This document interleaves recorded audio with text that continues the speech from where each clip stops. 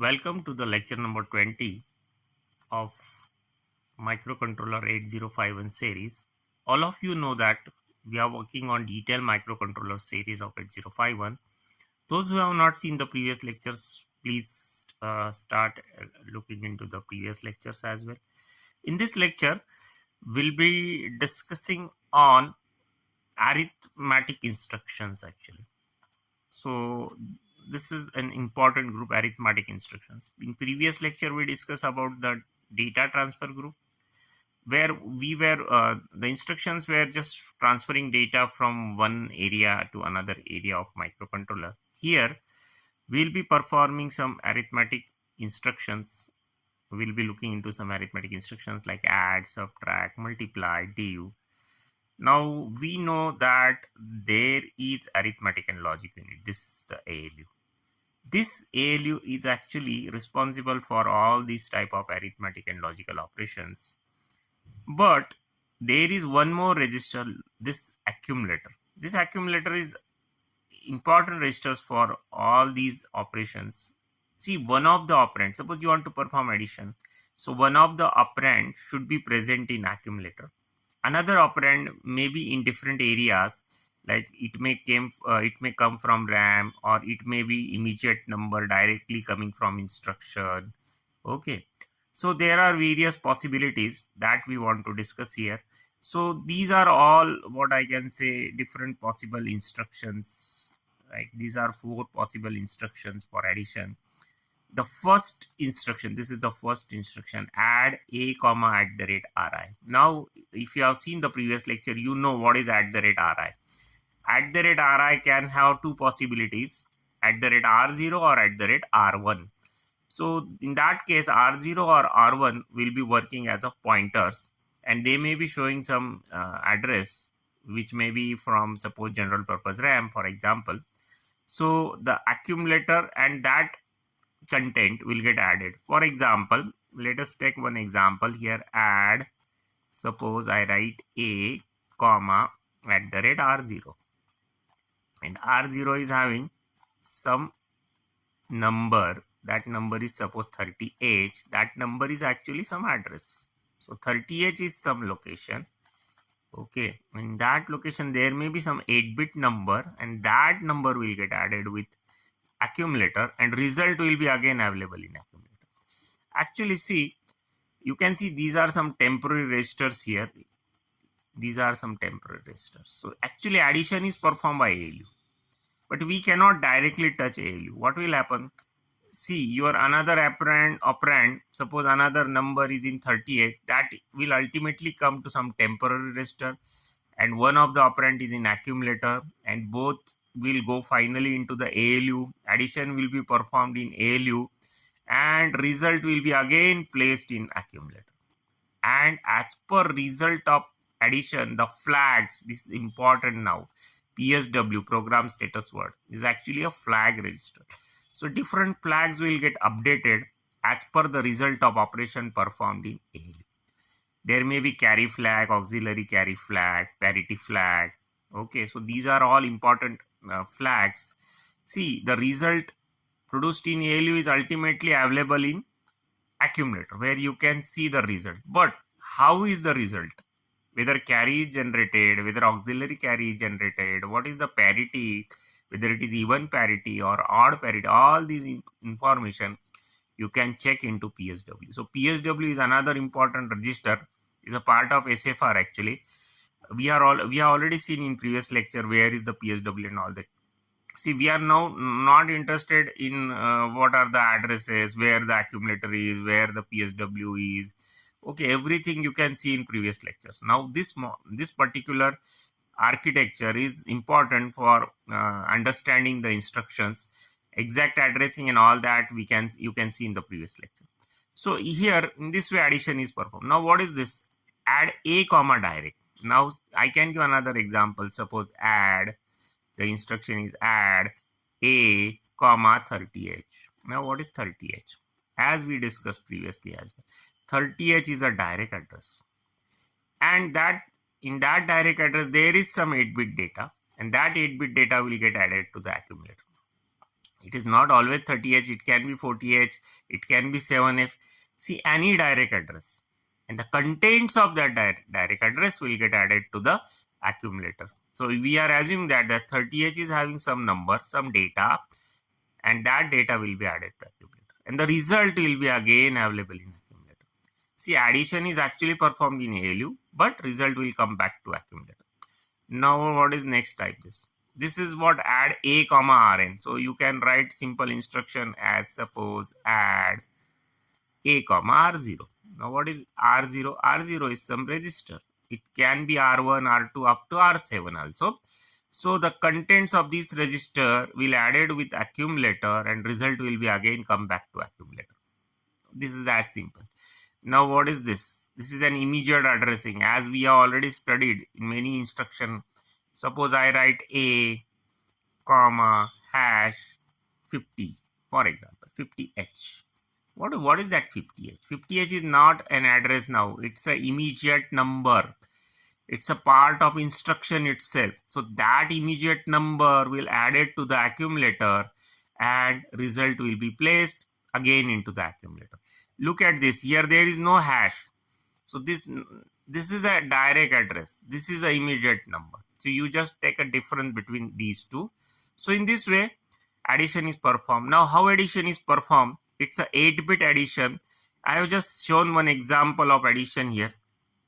One of the binary number is suppose in accumulator. Another binary number may be at different places as we discuss in this various types. Now how addition is performed? You should know the binary addition. The requisite is binary addition, 8-bit binary addition. So you should know the rules of binary addition like 0 plus 0 is result is 0 and carry is 0. If you have studied the full adder, half adder in digital electronics, you can easily understand. 0 plus 1, what will be the binary addition? Result is 1, no carry is generated. 1 plus 1, you can see the sum is 0 but carry will be generated like that. Okay, so 1 plus 0, result sum is 1, no carry like this. So here suppose 2 8-bit number, 0 plus 0 is 0. 1 plus 1, result is 0, carry is generated. Now here 1 plus 1 plus 0, these three will add it. So 1 plus 1 is 0 again carry is generated. So 1 plus 0 is 1, 0 plus 0 is 0, 0 plus 1 is 1, 1 plus 1 is 0, carry is generated, again 1 plus 1 is 0, and finally this red is a final carry. Now where this carry will be? Actually accumulator will have only 8-bit result. So this carry will be reflected in a PSW. PSW has one bit that is a carry flag. So in that carry flag, the carry flag will set. Now we'll see one more diagram where we can see the PSW. Look at this. This is a PSW. In this PSW, there are various bits. This is actually a carry bit. This bit will be set if result is greater than 8-bit. For example, as we discussed in addition case, where result was actually greater than 8-bit, accumulator we can have only 8-bit number. The rest, the last bit, the carry bit will come here. So this flag will be set accordingly. Now there are some other flags also. This auxiliary carry is important in BCD operation. When we perform addition, actually, we can assume 8-bit number is a combination of 4 bit, lower nibble, upper nibble, right? So suppose we split that 8-bit addition into 4 bits. So when see, this is a D0 bit and this is a D3 bit. This is a D4 bit, for example, and last is a D7 bit, right? So when there is a carry from D3 to D4 position, lower nibble to upper nibble, okay, see this is a D4. So when there is a carry from D3 to D4 position, at that time this auxiliary carry will be set. But for auxiliary carry, that is actually important in case of BCD operations. We'll discuss the BCD at that time. We'll see the importance of auxiliary carry. Now what is this RS0, RS1? This is actually not related to arithmetic. This is related to bank selection. As we discussed in previous lecture, R0 to R7 are the register banks. We can move that register banks at various locations. We can adjust accordingly. But this is not related to arithmetic logic operation anyway. But it is there in the part of PSW. You can refer previous lecture for better understanding on RS0, R1. Now overflow flag. This is important when we are talking about the signed operations. When the result cannot fit into a signed number consideration. Suppose signed operation, the positive number can be suppose 0 to plus 127 and all that. When you are looking at the numbers as a signed numbers, in that case you can understand whether that result fits into your accumulator. If you are looking at the result as in a signed way, that we can see in the we can discuss more on this overflow flag when we'll talk about the signed. Now the last is, this is a parity flag. Now parity is when accumulator is having odd parity, then this will be set. If it is having even parity, this will be reset. Now let us take the previous example as we discussed, where we were looking at the operation and all that.